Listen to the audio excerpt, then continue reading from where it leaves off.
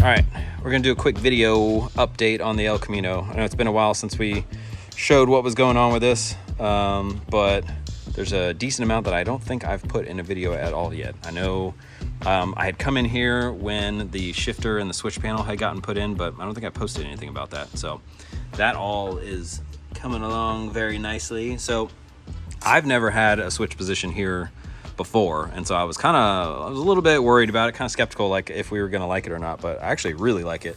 I'll probably put this like this on future cars possibly as well.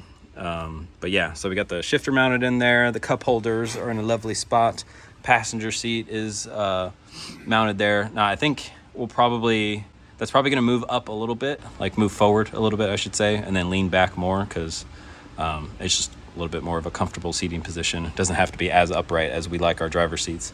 So yeah, really comfortable sitting in there. We'll try to get Tanya on the next update on this. We'll try to get her in there so that we can see how her little arms and sausage fingers operate the shifter. I've got these tiny hands. But I think it's going to be a really good position for her, because it's pretty tight for me. Like, it's pretty close to me. So, she's a lot shorter and smaller. It should be perfect for her. And then the only thing that we'll have to do is pedals for her. I think we'll have to make little extensions for mini person. But yeah, so we got the exhaust manifolds were for what, GTO you said? Yeah, GTO. They had to modify them because it was still putting it a little bit too wide. It was getting into the frame rail area here. So they modified those. They fit freaking awesome now. So those just feed down. Great plug access, which is one thing that I was like super picky about. I was like, I need it to not be a pain in the butt to change plugs, so that I will change them, because otherwise I won't. And as far as tuning goes, especially initially, like early in the process, it's really nice to validate what you're seeing, whether you're on the dyno or what you're seeing on the ECU in the plugs. They're in the shit, so they're going to give you the best indication of what's going on in there. And a lot of times what you're reading in the ECU, whether it's air fuel, or numbers on the dyno, it's giving you an average of everything instead of saying, all right, what's going on in this cylinder. So really good plug access on both sides. We'll talk about that freaking awesome thing here in a second. But yeah, I mean, the pipes, how they come over here, I mean, it turned out great as far as like, not being a bunch of like tight bends or, super tight 90s or anything like that. Everything flows really nicely up to the turbo, which is mounted on this frame rail. Let me see if I can get underneath and show the shenanigans in here. So all of this is going to tuck nicely right behind the front bumper, so won't be able to see any of this. Comes up into the turbo, and then it's gonna be tough to see here. It's a little dark in the fender there, but this is gonna recirculate into the downpipe there. So you can kind of see that down there. This like super tight radius was perfect to get in here, and this freaking monster pipe. It didn't really he told me what size this was gonna be, but I was like, I don't know. It didn't really hit me until you actually see it in here. This thing is freaking monstrous. Is it 5-inch? Mm-hmm. Yeah, it's a big boy. The charge pipe isn't small. It makes it look like pipe's like 2.5. No, exactly. Yeah. I mean, the distance that it's traveling, plus it having a direct comparison to this big old meat, it makes it look super tiny. So this turned out super cool too. The way the manifold is facing backwards, and then you got the 90 on there, and so it's super easy to, throttle access if we need to change idle or anything like that. It's all still nice and accessible. We won't be using an intercooler because the primary fuel that we're going to be really railing on this thing with is going to be methanol. I think we're going to be fine with the amount of boost that we're running. Probably won't ever see above 30 pounds even on methanol, but we'll see, I guess. But yeah, all that turned out good. Anxious to see how that this recirculation comes in, so we'll probably put the O2 sensor shortly after it recirculates. And this gives us a nice line. If we want to put an intake, we can just go all the way over to the other side and make a monstrous, intake box or something like that in the future. If we ever want to run on a really crappy road like Mineral Wells that has rocks flying around everywhere, but we still want to be able to make full power, it has to be a pretty big apparatus to make that happen. So that'll be a future thing. But even with all these pipes in the way and everything, it's super easy to still get to the plugs. So I've got zero excuse to not check plugs. One of the issues that I was worried about, and I drew it right here. So the problem that I thought I was going to run into, that's why I have that big old outline of the alternator on the motor plate.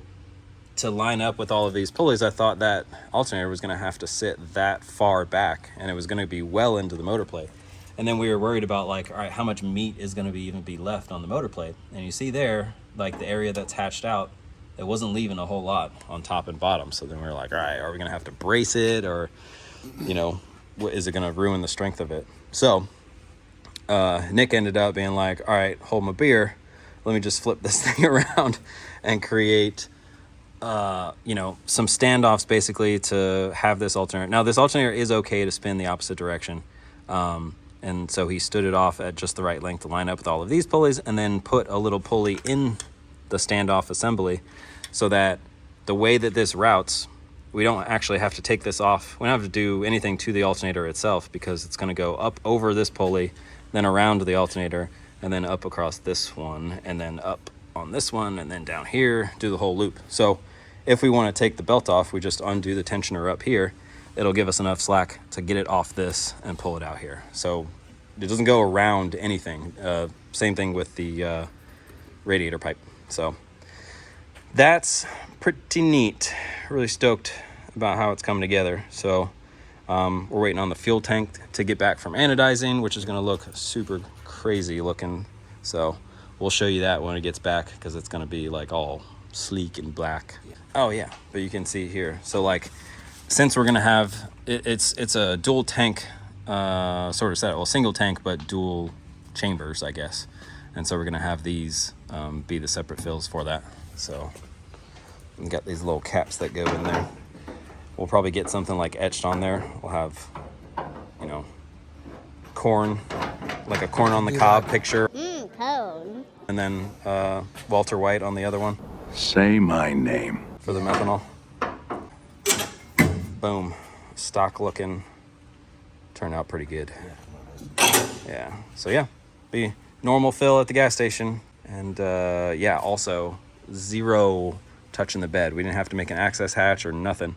Nick was able to cut the bars out of the bottom that we had there originally for the chute setup. They're doing the chute setup a different way, and they were able to put the tank in from underneath. So now if we want to drop the tank, it's regular old, you know, just unbolt it and drop it down.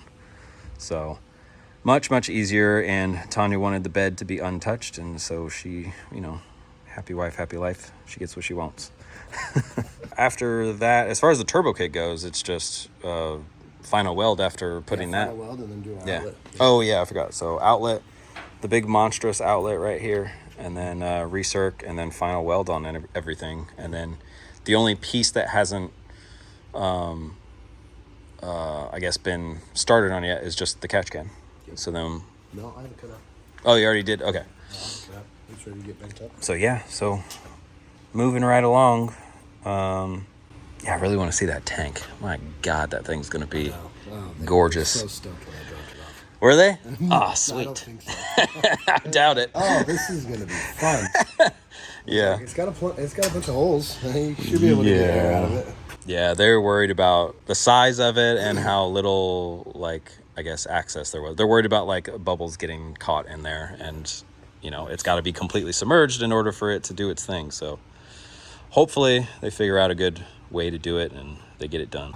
Yeah, that's the thing, is if it seems to me that all of the missing pieces would be up at the top. Yeah. And I yeah, had one done. when are we ever going to have it full all the way to the brim? Right. Drive down the street and it's going to be... Get fuel to it, but I mean, Yeah. terrible. I'm not too...